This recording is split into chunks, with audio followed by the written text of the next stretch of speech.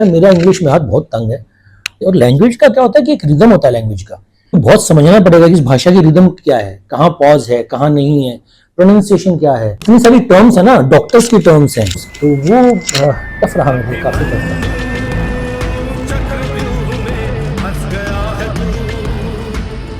यार बहुत चैलेंजिंग थे, आपने बहुत ही क्वेश्चन करेक्ट पूछा है, किसी ने मुझे पूछा नहीं।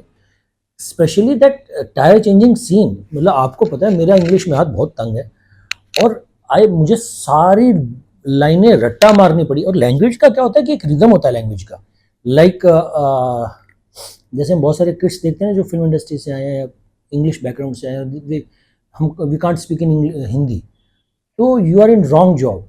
You have to understand Hindi, you have to speak Hindi. Like for me, अगर आई एम स्पीकिंग इंग्लिश, तो मुझे बहुत समझना पड़ेगा कि इस भाषा की रिदम क्या है, कहाँ पॉज है, कहाँ नहीं है, प्रोनाउंसिएशन क्या है।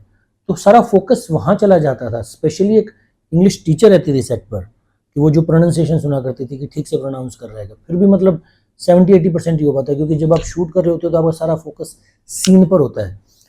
तो मुझे सब चीज़ें याद करनी पड़ी, cut the peritoneum with the knife and everything. तो और इतनी सारी टर्म्स है ना, डॉक्टर्स की टर्म्स हैं।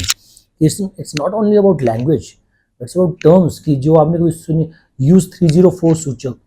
अब ये एक टर्म है और उसका एक प्रोनाउंसिएशन है, उसका एक लैंडिंग है, तो वो टफ रहा मेरे लिए, काफ़ी टफ रहा।